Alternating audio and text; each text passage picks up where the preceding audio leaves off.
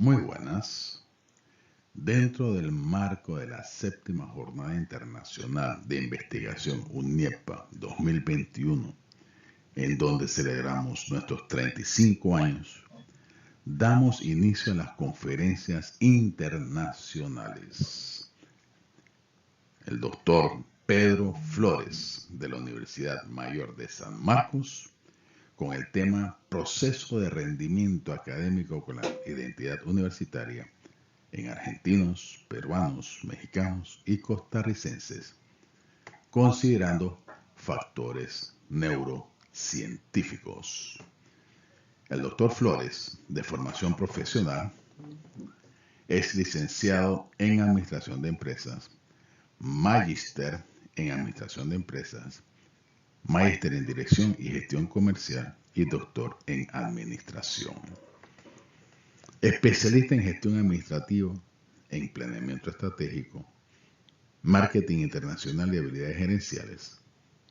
Es abogado, con estudios concluidos en maestrías en Derecho Corporativo y además es especialista en contratos internacionales y adjudicaciones de convenios.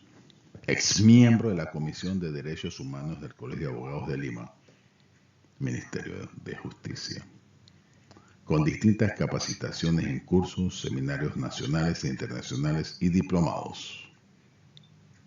Amplia experiencia laboral con más de 25 años en puestos como director, gerente y funcionario en empresas privadas muy reconocidas, tanto a nivel nacional como internacional. Experiencia con empresas contratistas mineras de consumo masivo y de la industria textil, donde se han desarrollado competencias y habilidades gerenciales.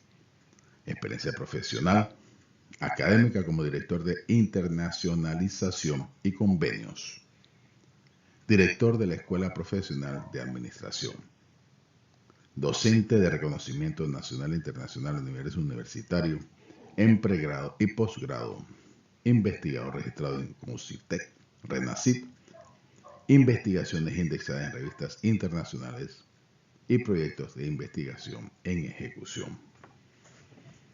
Doctor honoris causa de la Universidad Tecnológica de México, doctor honoris causa de la Universidad Iberoamericana de Panamá, conferencista y asesor nacional e internacional en distintas instituciones públicas, privadas y universidades. Director de Alta Gerencia, Perú, Comunidad de Investigadores, Docentes y Empresarios en América Latina, México y Centroamérica y Europa. Muy bien, mucho gusto, encantado. Soy el profesor Pedro Flores Peña, doctor en Administración, investigador de la Universidad Nacional Mayor de San Marcos de Lima, Perú. Tengo el gusto de compartir con ustedes en esta Jornada Internacional de Investigación UNIEPA 2021 a cargo de la Universidad Interamericana de Educación a Distancia de Panamá, un trabajo de investigación que realizamos con la revista Iberoamericana para la Investigación y el Desarrollo, cuyo código ISSN es 2007-7467 RIDE. En esta oportunidad, nosotros desarrollamos un trabajo de investigación titulado El proceso de desempeño académico con identidad universitaria en argentinos, peruanos, mexicanos, costarricenses, considerando los factores de neurociencia.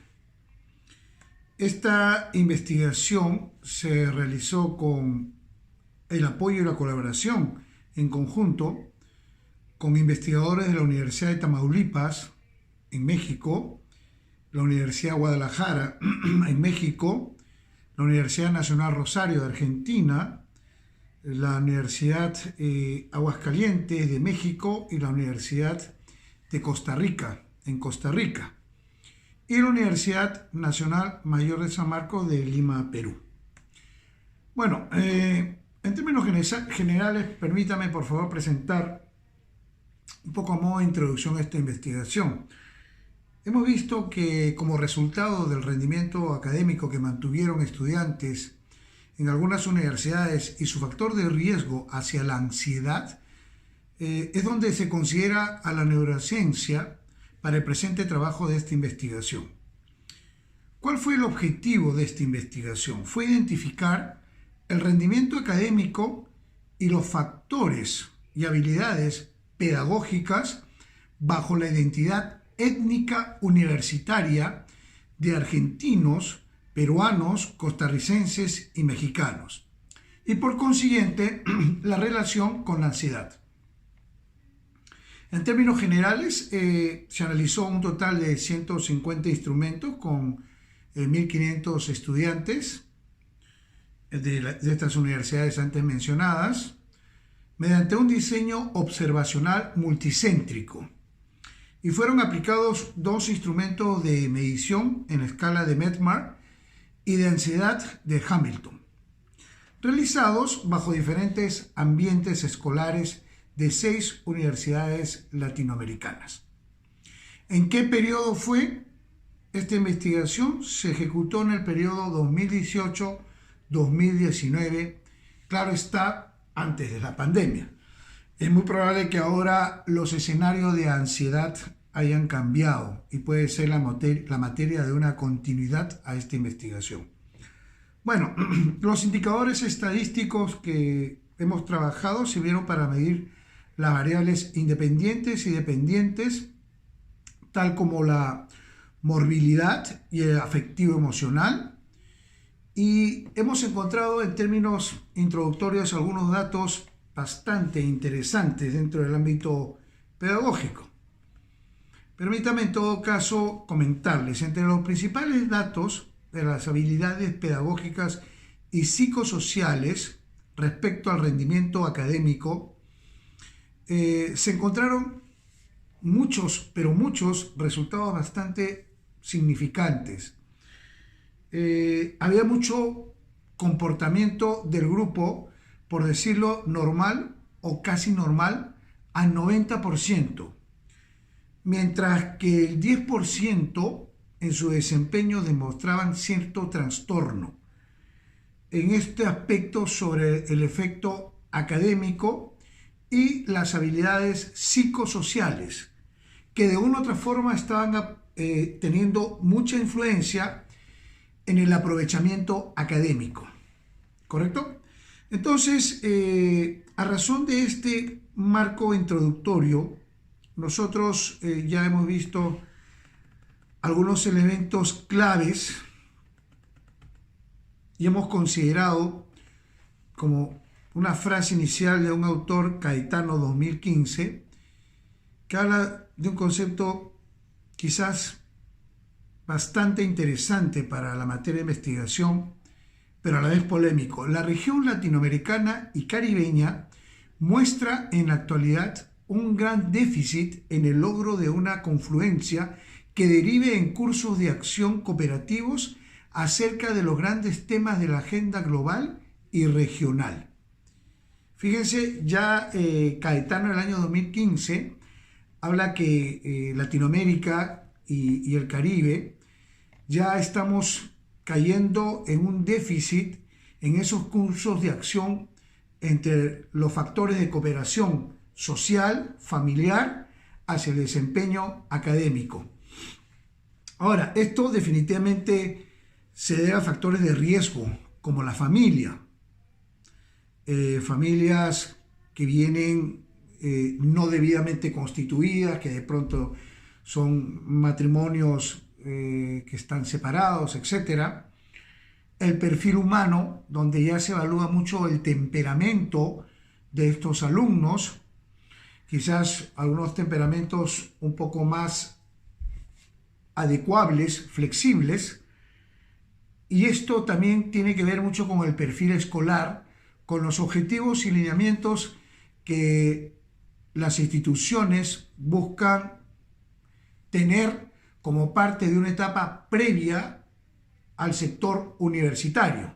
Es decir, me explico mejor, de pronto, ¿qué tanta influencia han tenido la etapa previa a que el alumno pase de la etapa transitoria a la universidad, a estudios superiores?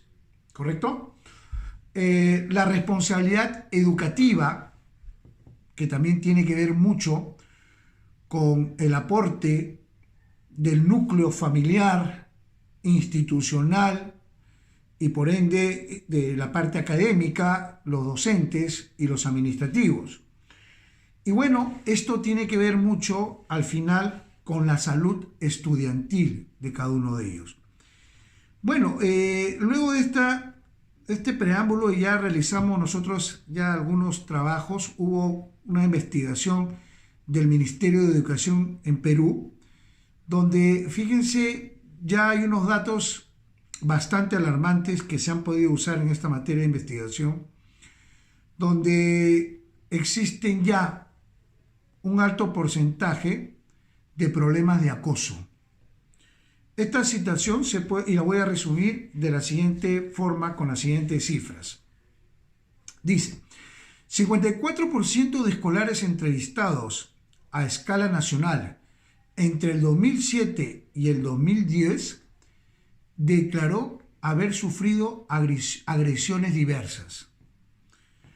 Estas agresiones diversas no han sido profundizadas. Sin embargo, bajo un parámetro del marco legal peruano, la agresión para poder establecerse de un acoso y tener una efectividad jurídica se versa en dos aspectos: el acoso y la agresividad física y el acoso y la agresividad psicológica. La física está claramente definida como acciones de agresión, tal cual, ya sea con la misma mano, con el otro objeto, mientras que el otro es la agresión que era así la más preocupante, o podría ser la más preocupante, que es la agresión psicológica, donde versaba que este 54% podrían haber sufrido algunos maltratos verbales como insultos, desmerecimientos y sobre todo bajar mucho la autoestima. Por otro lado, fíjense, el 91% señaló que los apodos constituían también un tipo de agresión frecuente en la etapa escolar y que de alguna manera se quedaban con esos sobrenombres, ya parte de ellos en la siguiente etapa. Los apodos, sobrenombres, ¿cierto? Y consideraban que también parte de una agresión y no se sentían a gusto. 36.5% la ley o al código del silencio en clase. Es decir, no participaba. Es decir, poco o nada permitía interactuar entre el docente y el alumno.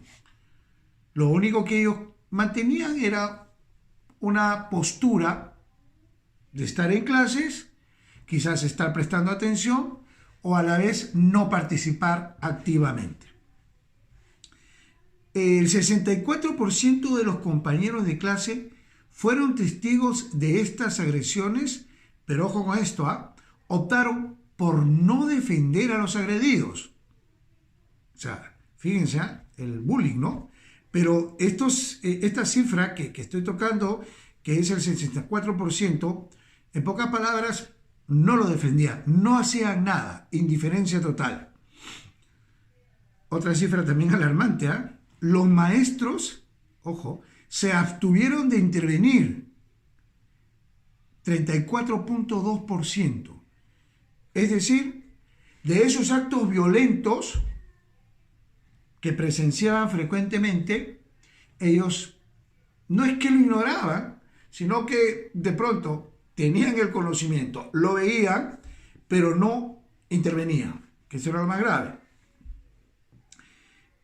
Otra cifra, el 13.6% de las víctimas de este acoso estudiantil comunicaron a sus padres lo que sucedía. Fíjense, solo el 13.6% tenían la confianza, la actitud mental para poder sentarse y decirles lo que había sucedido, que eran víctimas. Y un 30% de estos padres, atentos, 30% no le dieron la debida importancia. Entonces, con todos estos elementos, ya nos dábamos cuenta mucho que en la Declaración Americana de los Derechos Humanos y Deberes del Hombre y la Comisión Interamericana de Derechos Humanos en 1948, el Perú estuvo presente. Y en el artículo 13, Derecho a los beneficios de la cultura, se mencionaban, entre otras cosas, toda persona tiene derecho a participar en la vida cultural de la comunidad, gozar de artes y disfrutar de los beneficios que resulten de los progresos intelectuales y especialmente de los descubrimientos científicos. Y bueno, esto lo podemos refrendar también con México en la Constitución Política de los Estados Unidos Mexicanos, diario oficial de la Federación DOF 1917, establece que la educación que imparte el Estado tenderá a desarrollar armónicamente todas las facultades del ser humano y fomentará en él, a la vez, el amor a la patria, el respeto a los derechos humanos y a la conciencia de la solidaridad internacional en la independencia y en la justicia. Y bueno, y así podríamos versar en todo caso, tanto en Argentina como en Costa Rica, los distintos argumentos que daba. Pero permítame ir un poco ya más allá del marco general que estoy poniendo y por qué hemos hablado un poco ya del tema de la neurociencia. Bueno, porque definitivamente esto tiene mucho que ver en el momento de estudiar el cerebro, ¿no?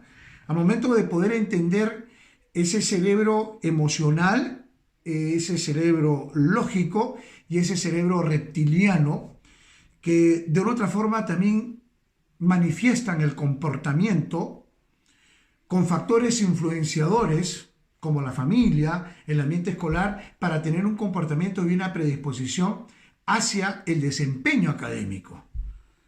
Entonces, esta parte, considerando que el ser humano es un factor bio, psico, social y espiritual, ¿no? Bajo esos 4 elementos, la neurociencia empieza a calar y a tener un rol importante para poder entender ese proceso de estrés, de tensión que el estudiante puede vivir ya en la etapa universitaria y habiendo tenido como referencia el marco de la etapa escolar.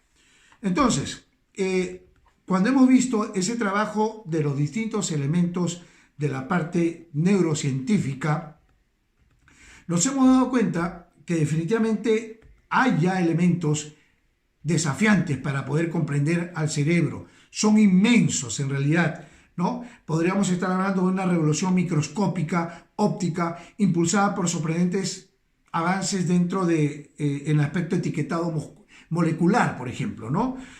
Los pensamientos digitales, y esto ha dado lugar definitivamente a una identidad más de las células, ¿no? Entonces, esa capacidad de ver con una resolución sin precedentes las ubicaciones y este tráfico de moléculas extraordinariamente complejas ha hecho que se mezclen y tengan mucha influencia aquellos factores que se van grabando en el subconsciente.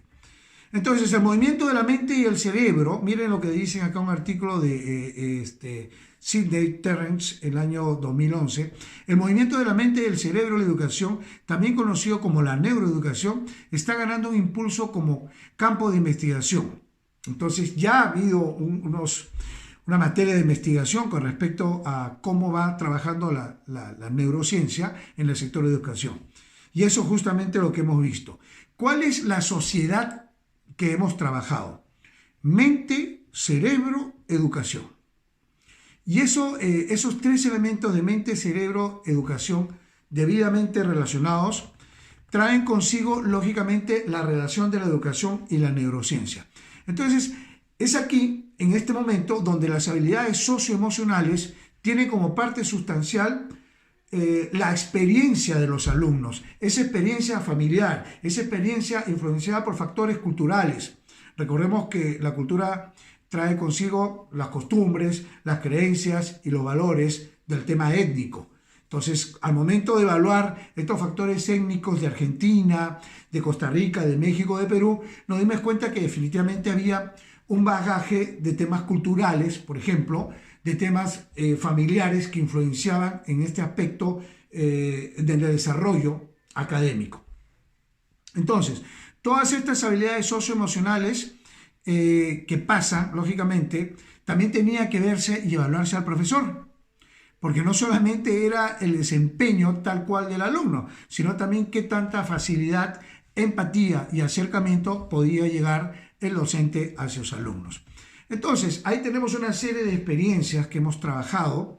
Tomamos como base teórica a Goleman, ¿no? Cuando relaciona la ansiedad de promover estas emociones, ¿no? De la parte fisiológica, emocional, en un aula, en una clase presencial, física, que lógicamente hace de una otra forma el comportamiento de las relaciones que pueda tener el docente con los alumnos. Y bueno, hemos usado el marco metodológico, bastantes posturas culturales y sociológicas, como lo decía, de los distintos países involucrados. Y bueno, una variable de descripción y tipo de relación, la variable dependiente, el rendimiento académico. Ahí se realizó una muestra aleatoria y obtuvo una muestra de los 150 alumnos a nivel superior en el año 2017. Y bueno, en todo este contexto, en realidad tratando de ser un poco más resumida esta investigación, podemos ir ya presentando algunos resultados bastante interesantes. Y acá está. Y con esto vamos a ir ya terminando. El rendimiento académico, en la parte de la explicación de las variables del modelo, el rendimiento académico, hemos visto que la descripción se mide lógicamente con el aprovechamiento de los conocimientos adquiridos en el aula bajo algunos indicadores. Estos indicadores, que pueden ser las mismas evaluaciones, que es lo que generaba la mayor cantidad de atención, hasta la misma postura del docente para poder tomar una evaluación, ya de por sí tenía una influencia más del 90% en el rendimiento académico. Entonces, importante no es decir, no es lo que decimos, sino cómo lo decimos para poder acercarnos a este rendimiento académico. La relación dependiente es una variable principal para analizar los factores psicosociales que influyen en la adquisición de los conocimientos. Es lo que hace un momento comentabas. Otra variable es el apoyo familiar. Las personas que tienen relación económica, moral y ética con el estudiante cuando éste está en plena etapa de desarrollo. Y bueno, acá también nos dimos cuenta que cerca de un 18%, 18.3%, tienen mucha influencia en el apoyo familiar o buscan de una otra forma ese apoyo familiar. El ambiente escolar es también los ambientes en cuanto a la infraestructura, al clima, o sea, no solamente la infraestructura física, sino también al clima que puede dar la unidad académica.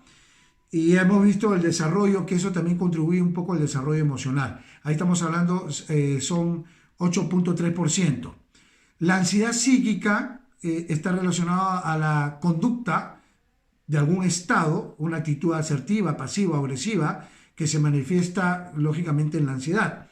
Y la mayor cantidad de estudiantes en estas universidades muestran más del 50% de ansiedad psíquica frente a las famosas y traumáticas evaluaciones.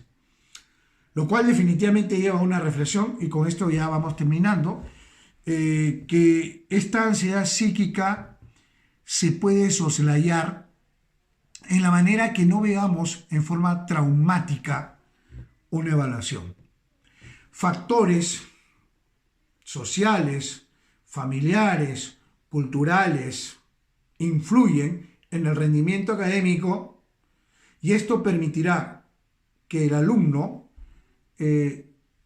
uniendo estos factores, no debería sentir un trauma o una ansiedad al momento de apersonarse o decir que tengo que ir a escuchar una cátedra por cumplimiento, que sea coercitivo, no, sino más bien que sea altamente emocional, altamente agradable, altamente sustancial, para poder contribuir ¿en qué?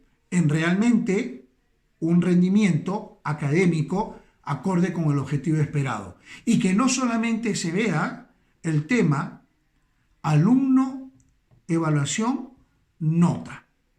Se debería ver alumno, aprendizaje y desarrollo, con los fondos de nuestra investigación.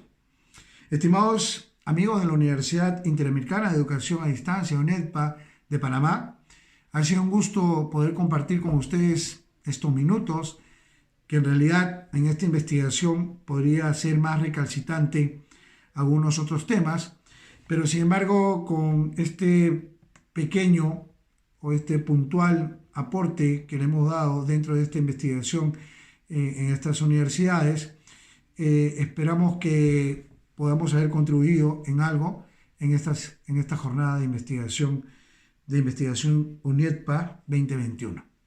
Muchas gracias por su participación, muchas gracias por permitirme llegar a ustedes.